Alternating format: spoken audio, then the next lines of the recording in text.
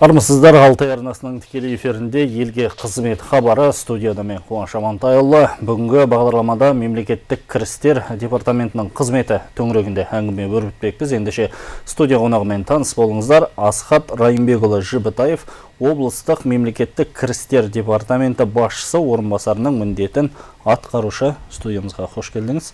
Құрметті көрермен, біз тікелей эфирдеміз, сондықтан хабар барысында студия қонағына қояр сауалдарыңыз болса 52-24-49 нөміріне қоңырау шалуларыңызға болады. Сондай-ақ WhatsApp желісі де жұмыс істеп тұр. Сауалдарыңызды 37-235-10-34 нөміріне жіберсеңіздер болады. Тек ескерте кетейік, WhatsApp желісіне қоңырау шалудың қажеті жоқ, ол тек жазбаша сауалдарды қабылдауға арналған. Асхат Райымбекұлы, тағы да бір мәрте студиямызға қош келдіңіз дейміз. Енді Шығыс Қазақстан облыстық мемлекеттік кірістер департаменті қызметі жайында әңгіме өрбітпекпіз. Енді қазіргі таңда қоғамның барлық саласында цифрлық технологиялар қолданылып жатыр. Қоғамда тіпті күнбе-күн жаңадан жұмыс істеуге әдіс тәсілдер қолданылуда. Осы тұста Шығыс Қазақстан облыстық мемлекеттік кірістер департаменті осы цифрлық технологияларды енгізу және цифрландыру шеңберінде қандай жұмыстарды жүзеге асырып жатыр, әңгімемізді осыдан бастасақ. Рахмет. Қайырлы күн, құрметті көрермендер. Қуаныш мырза, сұрағыңызға рахмет. Дұрыс айтасыз, осы таңда осы цифрландыру аясында қазіргі таңда өте бір үлкен қадаммен дамып барады. Мемлекеттік кірістер органдары жағында аталған үрдістен тыс қалып отырған жоқ. Мен де айтушы едім, мемлекеттік кірістер органдары бұл бағытта бұл атқарылған жұмыстары бойынша алдыңғы шепте. Себебін айтайын, себебінде өздеріңіз білесіздер, неғұрлым салық төлеушілердің жұмысын жеңілдету және де цифрлық жүйеге көшу арқылы және де мемлекеттік кірістер комитетінің саласынан салықтық әкімшіліктерді цифрлы бағытта көшіру, бұл бірінші кезекте салық төлеушіге тиімді болса, екінші кезекте аталғандай біздің бюджетке түсімдерді көбейтіп, бюджетке бағытталған қаржылық ағымдарды көбейтетіні анық. Мысалға айта кетсек, бізде департамент көлемінде біздің облысымыз қазіргі таңда 850 мыңға тарта салық төлеуші бар екен. Оның 16 мыңы және заңды тұлғалар болса, 56 мыңы жеке кәсіпкерлер және шаруалар қосалаттар. Қалғандары жеке адамдар. Бұлардың барлығы әрине біреуі тікелей, басқа адамдар арқылы күнделікті салық органдарымен тікелей қатынаста болады. Олардың барлықтарына жәнегідей цифрлық саладан тыс қызмет көрсету қазіргі таңда өте қиын, өздеріңіз білесіздер. Сондықтан мемлекеттік кірістер комитеті, біздің департамент барлық жұмыстың қазіргі таңда астын бағытын осы цифрландыру жүйесіне көшіру арқылы. Соның ішінде мемлекеттік қызметті көрсету жұмысында цифрлық бағытқа көшіп отыр. Мысалға ала кететін болсақ, енді кірістер органдары негізінен бекітілген тізіміне сәйкес 42 мемлекеттік қызметті көрсетеді екен. 42 мемлекеттік қызметтің салық бағыты бойынша оның 25-і, 17-сі және біздің кедендік бағыт бойынша. Бұл көрсетілген 42 қызметтің 38-і, 90%-дан артымы бұл автоматтандырылған цифрлық жүйеге көшірілген. Және бұл бағытта айтылғандай көп жұмыстар атқарылады. Атқарылған жұмыстардың да өзіндік жемістері көрінуде. Мысалға, былтырғы жылы алатын болсақ, барлық атқарылған көрсетілген мемлекеттік қызметтердің 99-да 2% ғана цифрлық жүйеде болатын болса, қазіргі күні осы ағымдағы жылдың 6 айында 99-да 7% цифрлық жүйеге көшкен, қызмет көрсетілген. Ол деген 0,5%-ға өсім бар. Жұмыстың және біз атқарылған жұмыстың өзіндік жемістерін көрсетуде. Бұл тарапта көптеген салық төлеушілер енді бір жыл емес, кезең-кезеңмен жұмыс істеп отыр. Барлық цифрлық жүйеде жұмыс істеу жайында олар өзіндік ыңғайлық жоқтарын бәрін біліп отыр, көріп отыр. Сондықтан салық төлеушілердің өздері қазіргі таңда мемлекеттік органдармен осындай ақпараттық жүйелер арқылы жұмыс істеуге қарсы емес. Ақпараттық жүйелеріміз біздің жәнегі атқарылатын электрондық үкімет арқылы беріледі. Салық төлеушінің барлығына белгілі жәнегі салық төлеушіге арналған кабинет арқылы жұмыс істеледі. Одан да бөлек қазіргі таңда көптеген жеке тұлғалар мобильдік қосымшалар пайдаланатын болып отыр. Қазіргі таңда бізде e-салық азамат, e-салық бизнес деген жәнегі егов мобайл деген қосымшалар пайда болып отыр. Олар өте ыңғайлы және тез. Және де осы арнайы қосымшалардың арқасында біздің цифрлық және атқарған мемлекеттік қызметтер өз үлесін көбейтіп отыр. Және айтқандай, мысалы үшін санына келетін болсақ, ағымдағы жылдың 6 айының өзінде ғана 450 мың мемлекеттік қызмет көрсетілген екен департамент бағытынан. 450 мың 99-да 7% және цифрлық бағытта. Осы жайында көптеген жұмыстар атқарылуда. Мен пока қысқаша сізге айта кеттім, жемістер енді. Жақсы. Енді жаңа сөзіңіздің басында айтып кеттіңіз, басты мақсат салық төлеушілерге қолайлы жағдай жасауды. Енді қолайлы жағдайды одан әрі жетілдіру үшін қандай шаралар жүзеге асырылып жатыр? Соған тоқталсаңыз. Қолайлы жағдайлар келесіде атқарылады. Олардың барлығы, енді сіз өзіңіз білесіз, және айтылғанда цифрлық шешімдердің барлығы ол қазіргі таңда мемлекет басшысымен және өзіміздің үкіметпен атқарылып жатқан мемлекеттік басқаруды дамыту жолындағы ең алдымен адамдарға бағдарланған модель концепцияларына қатысты жасалған жұмыстар. Бұл жұмыстар жайында біз жұмыс жалғаса береді. Мысалы келетін болсақ, тіпті айтатын болсақ, кейбір цифрлық жүйеде берілетін мемлекеттік қызмет түрлерінің өздерін біз қазіргі таңда оның қалай оңайлатуға, қысқарту жайында қарастырған үздіксіз. Мысалға айтатын болсақ, және салық есептік нысандар деп аталады. Оның қазіргі таңда барлығы дерлік цифрлық жүйеде тапсырылады. Және де мемлекеттік қызмет толықтай электронды түрде көрсетіледі. Бірақ соның өзін біз қазіргі таңда салықтық есеп нысандарын қысқартып, біріктіріп, және оның толтыруын автоматты жүйеге көшу жайында тоже қарастырып жатырмыз. Енді ол да өз шешімін табады деп білеміз. Одан бөлек, жаңа айтқандай, мемлекеттік кірістер департаментінің өзінде арнайы бағдарлама бар, жол картасы бекітілген. Ол кезең-кезеңімен жұмысқа атқарады. Ол жол картасының ең басты бағыттарының бірі, және сізге айтып өткендей, салық төлеушілермен, жеке тұлғалармен жұмыс. Яғни салықтық заңнамалар бойынша, жаңадан енгізілген шешімдер бойынша барлығымен жалпылай, нақтылай, кей кезде жекелей болсын, түсіндіру, таныстыру жұмыстары жүргізіледі. Ол енді халық көп жиналатын қоғамдық орындарда. Қазіргі таңда негізі облыстық атамекен кәсіпкерлік палатасымен тығыз жұмыс жасап жатырмыз. Басқа да қоғамдық ұйымдармен жұмыс жасап, тікелей шығып, халықпен кездесіп, салық төлеуді түсіндіру жұмыстарын жалғастырудамыз. Негізін айта кетер едім, мен негізінде жаңа басында айтқандай, осы даже түсіндіру жұмыстары бойынша, халықпен кездесу бойынша кірістер департаменті мемлекеттік органдар арасында алдыңғы шепте тұр деп ойлаймын. Себебінде менде бар ақпараттарға, бізде бар ақпаратқа сәйкес, олардың саны жүздеп, кейбіреулер мыңдап та саналады, және кездесулердің саны. Жақсы. Әртүрлі ақпараттық көздердің арқылы. Жақсы, енді мемлекеттік қызметтің қай түрін алмасаңыз да, оған белгіленген бір мерзім бар, орындалу мерзімі. Енді мемлекеттік қызметтің мерзімін бұзу жағдайын азайту бойынша қандай жұмыстарды жүзеге асырып жатсыздар? Бұл тарапта да, әрине, бұл тарапта да көптеген жұмыстар атқарылуда. Бастысы айта кететіндігі, біздің өзіміздің кірістер департаментінде қазіргі таңда арнайы басқарма бар. Басқарма солай аталады, мемлекеттік қызмет көрсету басқармасы деп аталады. Олардың тікелей жұмыстары біздің өңірлік басқармалар бар, біздің департаменттегі профильдік басқармалар бар. Солардың әрқайсысымен мемлекет көрсететін қызметтерін бақылау жүргізіледі. Ол дегеніміз жәнегідей қоңыраулар арқылы тексеріледі, жәнегідегі шалғайдан ақпараттық жүйелер арқылы әрбір берілген жәнегідей мемлекеттік қызмет түрінің мерзімді болуын, толықты болуын және қадағалайды. Жәнеге бекітілген тәртіпке сәйкес мерзім ішінде олар жайындағы ақпарат біздің мемлекеттік қызметтер жөніндегі агенттігіне жолданады. Және айтқандай, көптеген түсіндірмелер жұмыстар жүреді. Сонымен қатар соның арқасында қазіргі таңда мемлекеттік қызмет көрсету мерзімін бұзу фактілері жоқ.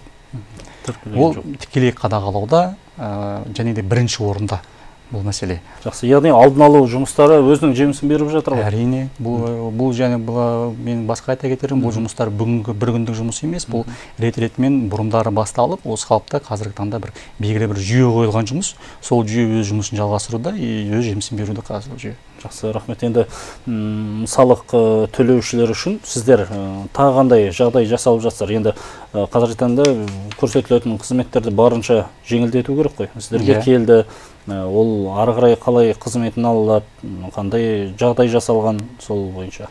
Бұл жайында тоқталсақ, енді тағы да айтып өтейін, бұрыннан бері келе жатқан қызмет түрі салық төлеушілерге ыңғайлы бір жасау дейтін, ол дегеніміз әрбір басқармада, аумақтық басқармада, соның ішінде біздің Өскемен қалалық мемлекеттік кірістер басқармасында салық төлеушіге көрсететін, өзіне қызмет көрсете алатын орындар белгіленген.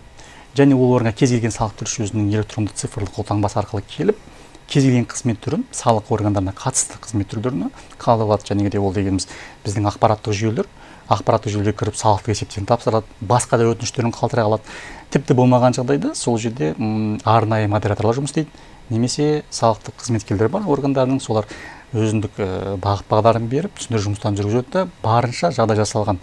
Одан бөлек айта кетелік, біздің Өскемен қаласы бойынша кірістер басқармасында электрондық тізім белгіленген адамдар ол жерде, енді басқа жерде бұрыннан бері жұмыс істеп келе жатыр ғой, сонда сол сияқты келеді, өзіндік кезегін алады, тосады, және сол кезегі бойынша ешқандай кедергісіз деп аталады, сол жүйе арқылы барып өзіндік мемлекеттік қызмет түрін қабылдап алады. Жақсы, енді көрсетілетін қызмет, мемлекеттік қызметті қалай алу керек, қандай жағдай жасалған, бәрін айтып өттіңіз. Тіпті кірістері департаментінде сандық технологияларда жемісті қолданып жатқанын айттыңыз. Енді сіздердің салаларыңызда мемлекеттік кірістері департаментінде қызмет ету үшін, ол жерге жұмысқа орналасу үшін қандай талап бар? Кез келген адам ол жерде қызметке тұра ала ма деген? Әрине, қараңыз, бұл жерде енді мемлекеттік кірістер комитеті болғанда, органдар болғанда, бұл арнайы бір бөлік емес, бұның барлық талаптары, барлық мысалы үшін мемлекеттік қызмет туралы заңның талаптарына сәйкес, басқа мемлекеттік қызметтерге ұқсас сол талаптар арқылы қабылданады. Ол дегеніміз, біздің тарап келетін болсақ, арнайы экономикалық, қаржылық білімі бар, және де заңдық талаптарға сай бейім білімі бар, денсаулығы және басты кәсіптік басқа шеберлігі сәйкес адамдардың барлығы бізге жұмысқа орналасуға болады, өз қызмет атқарылады. Бұл тарапта бастапқыда мемлекеттік кірістер департаментінде бос орын және пайда болған жағдайда бар кезінде арнайы біздің өзіміздің сайттарымыз бар. Ол мемлекеттік қызметтер жөніндегі агенттіктің сайтына, мемлекеттік кірістер комитетінің сайтына арнайы орналастырады. Сол орналастырылған бағдарламада барлық әртүрлі лауазымға, бос лауазымға сәйкес керекті талаптардың бар сөзі көрсетіледі. Егер де сол талаптарға сәйкес болса, біздің үміткеріміз және де өзінің қолында егер де өзінің заңнаманы білу жайында және айтамыз ғой, сертификаты қолында болса, және өкілетті органның өзінің жеке басы жайындағы өзінің қалай айтамын енді, өз жеке басының мүмкіншіліктерін бағалайтын бір сертификат болған жағдайда қатысады. Ол үшін бізге келіп арыз жазады. Ол арыз барлық талаптарға сәйкес болған жағдайда келесідей ол әңгімелесуге собеседование жолдан жіберіледі. Ол жайында бізде департаменттің өзінде комиссия бар. Ол комиссияға мемлекеттік кірістер департаментінің орынбасары басшылық етеді. Сол комиссияға қарастырып, жүйе арқылы сол жерде заңнамаға сәйкес әңгімелесу жүргізіледі. Және әңгімелесу барысында айта кетерлігі, ол жерге міндетті түрде мемлекеттік қызметтер жөніндегі агенттіктің қызметкері және де үшінші тарап, басқа тараптан бейтарап адамдар қатыса алады. 18 жасында ол қоғамдық ұйым болсын, жеке тұлғалар болсын қатысып, және біздің конкурс талаптарына қаншалықты сәйкес екендігін қадағалап өз шешімін шығарады. Енді бұл жерде соңында келген кезде бұл жерде әрине сұрақтар болады. Бұл сұрақтар өзінің таңдап алған бос лауазымына сәйкес сұрақтар, мемлекеттік салықтық жүйе болсын, кедендік жүйесі болсын, сол сұрақтар болады. Одан бөлек ол талаптарға сәйкес оның мемлекеттік қызметте болсын қаншалықты жұмыс өтілі бағаланады, алынған және де айтылған сертификатта көрсетілген қаншалықты балл алғаны бағаланады, сұрақтарға қалай жауап бергені, және де қарым-қатынас кезінде, допустим, ол жердегі өзінің қаншалықты адамның үміткердің талабымызды ұстай алатынын барлығы бағаланып, жалпылай бір шешім шығарылады. Ол кәдімгідей бір цифрлы бағыт, кім көп балл алды сол бағамен, сол енді және комиссиямен ары қарай өтуге сол жерге жұмысқа тұра алады дейсіз ғой? Иә, өтуге біз өз-өзіміздік ұсынысымызды бере аламыз басшылыққа. Енді мемлекеттік кірістер органдарында қызметті өткеру және ондағы ерекшеліктер төңірегінде айтсаңыз. Иә, бұл жерде енді жалпылай енді барлық мемлекеттік қызметке бұл тән қызмет, бірақ өзіндік ерекшеліктер бар. Себебінде айта кетті, алдында сізге бұл енді көбінесе қаржылық, экономикалық талаптары кішкене көбірек болады. Себебінде өзіндік шектеулер болады. Себебінде өзі кез келген қызметкер, кірімсен ол көбінесе мына салықтық құпия болатын танылатын көптеген құжаттармен жұмыс істейді. Сол құжаттармен жұмыс істегеннен себептен өзіндік шектеулер көбірек болады. Оны жаймау жайында, басқа көшіртпеу жайында, тек қана жұмыс уақытында қолдану жайында да сондай шектеулер болады. Одан бөлек енді барлықтарына сәйкес жалпыға бірдей қалай айтсам сізге моральдық, этикалық өзіндік талаптары бар. Соны міндетті түрде сақтау керек. Және де біздің бұнға сәйкес болғанда да біздің мемлекеттік қызметтермен қалай айта кетейін, бұқым мысалы үшін басқа қызметтермен салыстырғанда енді жұмыс көлемі бойынша болсын республика көлемінде бізде қызмет істейтін қызметшілердің саны бойынша болсын бір ауқымды үлкен орган болып есептеледі. Сондықтан бұл жерде қызмет барысында егер келген адам өзін специалист деп айтамыз, өзі қызметкер өзі жұмыс көшкен жағдайда алдын ала өсу мүмкіндігі өте жоғары. Өйткені біздің штаттық өзі бекітілген штатымызға жетекші маман, бас маман, бөлім басшы, басқарма басшы, көптен сатылар бар. Егер сол сатыларға талаптарға сәйкес болған жерде өз-өзін көрсеткен жағдайда және карьералық өсу мүмкіндікшіліктер өте көп бізде. Сондықтан бұны енді егер де естіп отырған бір талапкерлер болатын болса, үміткерлер болатын болса, бізге келу жайында өзін қабылдасын, келсін. Бұл жерде айта кетейік, бұл қызмет кішкене өзгешелігі, және айтқандай біз салық кодексінің өзі бір 800-ге тарта баптан тұрады. Өте күрделі кодекстардың бірі. Сондықтан енді басқа қызметтен өзгешелігі біз нақты қызмет, барлық жұмысымыз атқаратын қызметіміз барлық және кодексте көрсетілген, одан басқа нормативті документтер көрсетілген. Сол жерде таза соларға сәйкес қызметін атқарады. Бұл біздің басқа жұмыстар сияқты қызығы да, қиыншылығы да бар. Енді қызығын жаңа айтқандай көп нәрсені білесіз. Бұл енді бір қызметтің ерекшелігі, мемлекеттік қызметтің біздегі бір ғана нәрсені біліп қана мыңғай соны ғана жұмыс істей бермейді. Сол нәрсенің өзі күнделікті толықтырылып басқа заңнамалармен жұмыс істеу, тек қана қаржылық саладан және банк саласының қызметі болсын, қазынашылық қызметтің жұмыстары болсын, соның барлығын қамтиды. Және әкімшілік құқық бұзушылық болсын, және де басқалай қылмыстық бұзушылық сол кодекстермен сәйкестендіріп көптеген жұмыстар атқарылады. Бұл жерде енді кішкене өзгешілік осында шығар. Енді мына сіздердің салаларыңыздағы қызметтік әдеп қағидаты неге негізделген? Мен қызметтік әдеп қағидалар негізінде мен тағы да қайталап өтейін, бұл жалпыға бірдей моральды, этикалық және әдептік қағидаларға сәйкес, соның ішінде бастысы біздің жұмыста ол енді адалдық деп аталады. Адалдық өзінің бірінші кезекте өзінің жұмысының адалдық қасиеттері кез келген бірінші. Екінші адалдық ниеттері, және өзіндік ниеті жұмысқа келген кезде мемлекеттік қызмет, ол өзіңіз білесіз, ол қоғам тарапынан көрсетілген өте үлкен сенім, ол ауыртпашылық. Сол сенімді ақтау үшін басты жерде адалдық. Адал ниеттік тек қана мемлекеттік қызметке қызмет ету жайында, халыққа қызмет ету жайында басты мақсат болу керек. Екіншісі, содан кейін келесінде әділдік. Өзіңіз білесіз, біздің жұмыста бұл жерде қаржылық салада көп болғандықтан әділдік мәселесі, әділдік қағидалар бірінші орыннан бірде тұрады. Себебінде енді бұл жерде қандай тараптан болсын, жеке тұлғалардан да, заңды тұлғалардан, қоғамдық бірлестіктерден болсын, басқалардан қандай да қысым болған жағдайдың өзінде толықтай тек қана заң аясында ғана, әділ жолмен ғана шешім шығарып, заң жүзінде ғана жұмыс істеуге талаптар бар. Енді одан бөлек, және де үш негізгі қағидадан бөлек, қазірде енді өзектілердің бірі ашық. То есть сіз міне бүгінгі бұқаралық ақпарат қызметкерлеріне, халыққа, салық төлеушілерге ашық болып, кез келген сұрақтарына қорықпай жауап беріп, өзінің белгіленген нелеріне сәйкес жауаптарын беріп, солар қызмет атқару. Одан кейінгі қазіргі таңда енді көптеген нелердің біреуі енді талаптардың бірі енді. Ол енді сыпайылық болады. Клиентке бағдарлау және алдында айтқандай енді бұл бар өз аяғында айтылып тұр. Клиентке бағдарлаудың өзі қазіргі таңда кез келген қызметшіден өзінің лауазымына қарамастан сыпайы болуп талап етеді. Сыпайы болып, барынша ол заңды кез келген адамға қызмет көрсету болсын, қандай жұмыстар болсын, жауап беру жайында талап болады осындай. Енді сіз басшылық қызметтесіз ғой, қазір өзіңіз қаншалықты ашықсыз? Сізге салық төлеушілер бір жеке сұрақтармен келсе, қаншалықты бағыт бағдар беріп, жаңағыдай ақпараттық көмек қаншалықты көрсетесіз?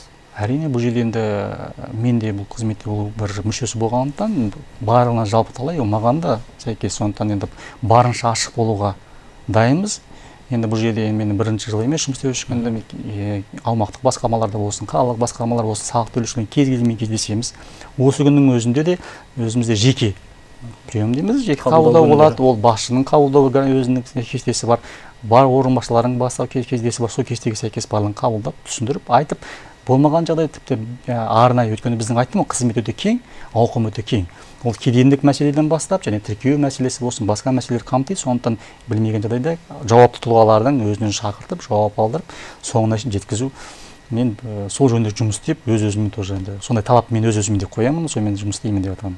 Енді бұл да бір мемлекет басшысының жолдауында айтып өткен халық үніне құлақ асатын мемлекет қағидатын іске асырудың бір жолы. Әрине, дұрыс айтасыз, бұл осы жолдағы жұмыстар, атқарып жатқан қызметтердің бірі. Жақсы, енді бағанадан айтып жатсыз ғой, біз барынша салық төлеушілермен жағдай жасаймыз, олармен тілдесеміз деп, енді мемлекеттік кірістер саласында қызмет ететін маман қандай болуы керек? Жалпы оларға қойылатын бір талап бар ма? Мемлекет уже әрине талаптар бар. Талаптарын мен қысқасын сіздерге алада айтып та кеттім ғой енді, енді соның ішіндегі айтылмай қалғандардың бірі енді барынша қарапайым болу. Себебінде және сіз айтқан қайда мемлекет қазіргі таңда өзі мұқым елбасымен, мемлекет басшысымен бағыт бойынша енді жалпылай қарапайымдылық, кез келген адаммен қай кезде болған жағдайда барлық түсіндіру жұмыстарын айту, және де мысалы үшін белгіленбеген, білінбеген жалған ақпараттарды таратпауды, және де осы сынды жәнегідей көп қой бұл жерде мемлекет мүддесіне қызмет ету, мемлекеттің мүлкін, жеке мүлкінді мемлекеттік мүлікті сақтау деген сияқты, мемлекеттік меншігін сақтау жолында да ешқандай да өз мүддеңді және мемлекеттің мүддесімен араластырмау, өзің қазіргі таңда атқарып жүрген қызмет бабын пайдаланбау деген осындай көптеген талаптар бар. Және қайта айтылып өтейін, бұл талаптардың барлығына жайке жалпылай өзі моральдық, этикалық талаптар ғой бұл барлығы. Соның барлығына мемлекет қызметші сәйкес болу керек. Жақсы. Енді сіздердің айттыңыздар, салық төлеушілердің уақытында салығын төлеуін қадағалайсыздар, салық мөлшері жаңағыдай уақытылы түскен қадағалайсыздар. Дегенмен мемлекеттік қызметшілердің жұмысында бағалайтын мамандар бар. Департамент қабырғасында қызмет ететін жаңағы әдеп жөніндегі уәкілдердің қызметіне тоқталсаңыз, енді бұл бағыттағы жұмыстар қалай жүзеге асырылып жатыр? Дұрыс айтасыз, біздің департамент қабырғасында әдеп жөнінде өкілді тұлға бар. Ол өкілді тұлға жәнегі мен сізге алдын ала отырған жәнегі барлық бекітілген нормативтік, өзіміздің жұмысқа қатысты талаптарды қадағалайды, соның орындалуын, және әрбір кез келген мемлекеттік қызметкер, департамент қызметкері, аумақтық болсын, департамент болсын, соның талаптарын қаншалықты дұрыс орындайды, қаншалықты сақтайды, және сақтамау үрдісі немесе орын алған жағдайда солардың ісінде қаншалықты қалай айтсам сізге дұрыс бұрыстығы жайында өзінің шешімін шығаратын тұлға. Және де бұл өзіңіз білесіз, сыбайлас жемқорлыққа қарсы күрес жұмыс бізде жалғасуда. Сол жұмыстың басында тұратын, сол жұмысты реттеп, сол жұмысты орынға қоятын жауапты тұлға бар. Ол тұлғамыз біздің департамент атын болса, және өзіміздің басшымыздың орынбасары, сол кісі бекітілген. Сол кісінің өзінің жеке телефоны бар, және жұмыс телефоны бар. Соларға келген адам хабарласып, күнделікті жұмыс уақыт кезінде қабылдауда болып, өз мәселелерін айтуға болады. Ол кісі міндетті түрде қабылдап, тосып, және өз шара қолданады. Жақсы. Енді жаңа айтып жатсыз ғой, әдеп жөніндегі уәкілдің басты міндеттерінің бірі сыбайлас жемқорлық әрекеттерін алдын алу деп. Енді сіздердің департаменттеріңізде сыбайлас жемқорлықты алдын алу, онымен күрес, нөлдік төзімділікті қалыптастыру деп жатамыз ғой. Осындай бағыттарды іске асыру бойынша қандай шаралар легі іске асырылып жатыр, қандай шаралар алда тұр іске асырылатын, соған тоқталсаңыз. Бұл шаралар үздіксіз атқарылады. Себебінде бұл заң талаптары бізге мемлекет және әдеп жөнінде болсын, басқа да болсын, кез келген мемлекеттік органның бұл талаптары атқару қажет. Оны атқару жұмыста жалғасуда. Қазақстанда көптеген бірінші тарапта енді қызметкерлерді және заңсыз жұмыстардан бас тартуға, соның алдын алуға шаралар жайында көптеген роликтер жүргізіледі. салық төлеушілермен кездесулер жүргізіледі. Жемқорлық қарсы бағыттағы көптеген материалдар өзіндік жұмыстарын шығарып, біздің арнайы сайтымыз бар, сол жерде белгіленеді. Және кез келген, бастысы кез келген біздің қызметшімізбен әр айдында өз кезеңінде жекелей жұмыстар және сұхбаттар, жұмыстар, әр қызметшінің өзінің моральдық, етикалық сипаттамасы жасалады.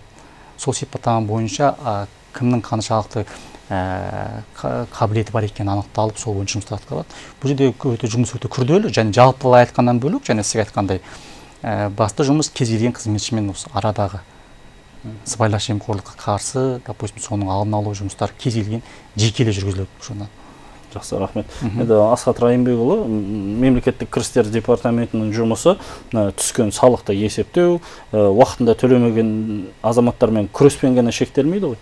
Ал енді сіздердің салаларыңызда енді салық төлеушілерден бөлек тағы қандай жұмыстармен айналысасыздар? Мүмкін заң бұзушылыққа жол берген азаматтарды анықтау бойынша, олармен күрес бойынша да бір шаралар ұйымдастырылатын шығар. Көбінесе телеарналарда, жалпы біздің Алтай ақпарат және жаңалықтар бөлімінде мына заңсыз бір тауарды өндіру болып жатады, оны анықтау деген сияқты. Міне осындай шараларды да сіздер қатысасыздар ма? Жалпы оларды анықтау бойынша қандай жұмыстарды атқарасыздар? Ол қалай анықталады?